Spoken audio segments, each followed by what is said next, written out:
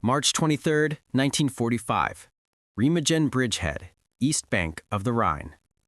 The German observation post overlooks the river crossing through a haze of cordite and morning fog. Major Klaus Hartmann steadies his field glasses against the shattered window frame, scanning the American positions across the water. He counts tanks, Shermans, dozens of them, arrayed in neat columns awaiting the push eastward. His hands tremble slightly, not from fear, but from recognition. 3 days ago, his Panther Battalion had engaged the same American armored division near the bridgehead. The battle had been brief and vicious.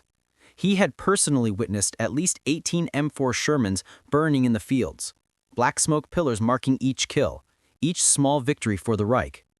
18 tanks destroyed, 18 crews lost, a crippling blow by any reasonable calculation. Yet this morning, there are more Shermans than before. Hartmann lowers the binoculars. He does not understand. In the German army, a lost Panther or Tiger meant months of delay, frantic requisitions, impossible promises from Speer's armaments ministry. A single destroyed tank represented hundreds of man-hours, rare alloys, precision manufacturing capacity that no longer existed. But the Americans simply brought more. As if tanks grew on trees. As if metal itself obeyed different laws across the Atlantic. He would die 2 weeks later, still not comprehending what he had witnessed. The industrial heartbeat of a nation that could replace in days what Germany could not replace in months. The German General Staff had prepared for many contingencies in their war planning. They had studied Soviet manpower reserves, British naval capacity, French defensive doctrine, but they had not prepared for Detroit. When America entered the war in December 1941, German military intelligence assessed U.S. industrial capacity with a mixture of respect and dismissal. Yes, the Americans produced automobiles in staggering numbers, 4 million vehicles per year in peacetime. But automobiles were not tanks. Civilian manufacturing was not weapons production. The German High Command needed to believe, that the transition would be slow, painful, plagued by labor disputes and inefficiency. They projected that American tank production might reach meaningful levels by late 1943, perhaps 1944. By then, the war would be decided. They were catastrophically wrong. By 1942, the United States was producing 25,000 tanks annually. By 1943, that number reached 29,497. By war's end, American factories had delivered over 88,000 armored fighting vehicles to the Allied cause, more than Germany and Britain combined. The Fisher Body plant in Grand Blanc, Michigan alone produced 11,000 M4 Sherman tanks rolling off assembly lines at a rate of 1 tank every 60 minutes during peak production. The Chrysler Detroit Arsenal tank plant could complete an M3 medium tank in just 8 hours from raw steel to finished vehicle. German commanders in the field witnessed this industrial avalanche with mounting disbelief. After the Battle of Kasserine Pass in February 1943, where Rommel's Afrika Korps had mauled inexperienced American armored units, German intelligence predicted the U.S. 1st Armored Division would require months to reconstitute. Instead, replacement Shermans arrived within weeks, transported across the Atlantic in Liberty ships that themselves were being built faster than U-boats could sink them. A German staff officer noted in his diary, "We destroy them in the morning. They return in the afternoon. It is as if we are fighting not an army, but a factory that shoots back." The psychological impact deepened with each engagement. In Normandy, German panzer crews achieved impressive kill ratios. A single Tiger tank could destroy multiple Shermans in a single engagement, but tactical victories became strategic defeats. For every Panther that knocked out 5 Shermans, America shipped 10 more to France. For every Tiger that dominated the battlefield, Germany lost production capacity to Allied bombing and resource shortages. A captured Wehrmacht major, interrogated after the Battle of the Bulge, exhibited not defiance, but exhausted wonder. "You lose 10 tanks and replace them overnight. We lose 10 tanks and the gap remains until the end of the war. How do you fight an enemy who can afford to be destroyed?" The answer lay not merely in raw production numbers, but in a systematic philosophy underlying American manufacturing. German tanks, the Panther, the Tiger, the King Tiger, were engineering marvels, hand-fitted by skilled craftsmen incorporating advanced metallurgy and complex mechanical systems. Each was a masterpiece.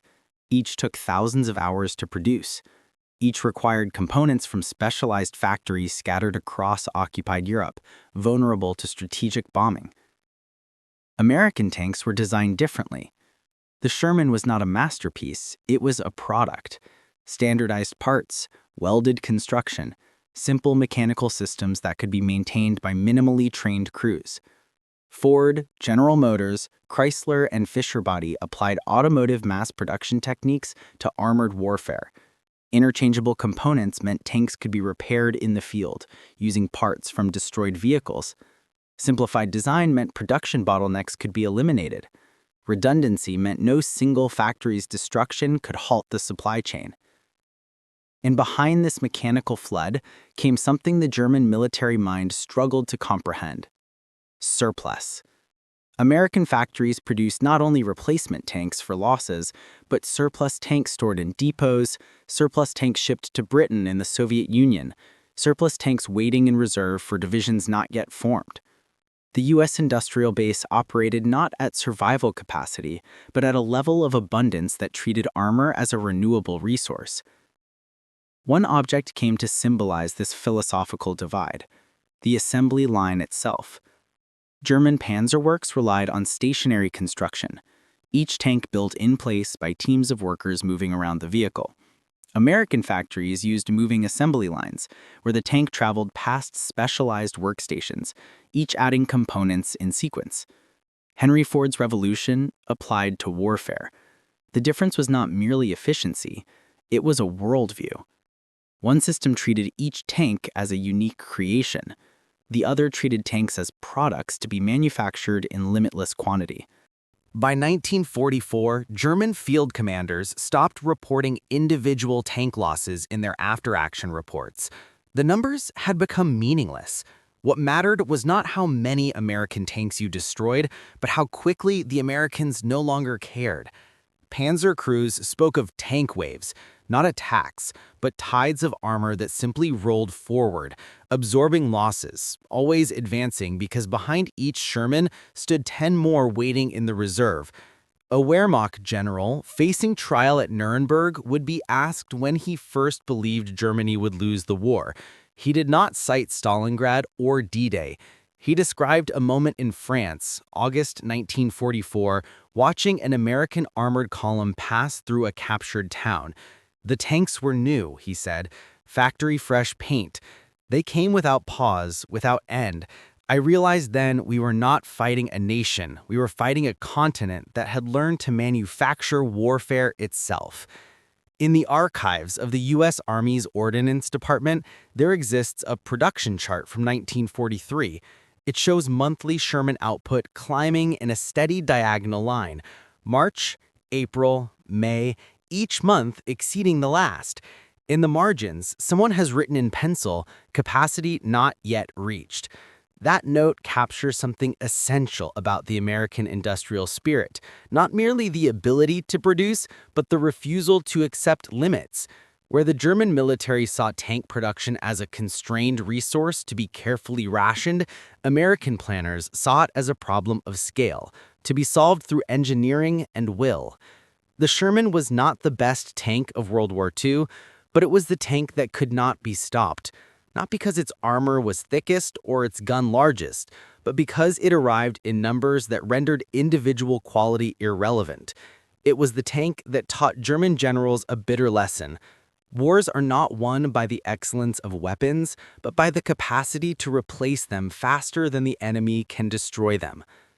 Abundance, weaponized, production, perfected, democracy armored in steel that never stopped coming.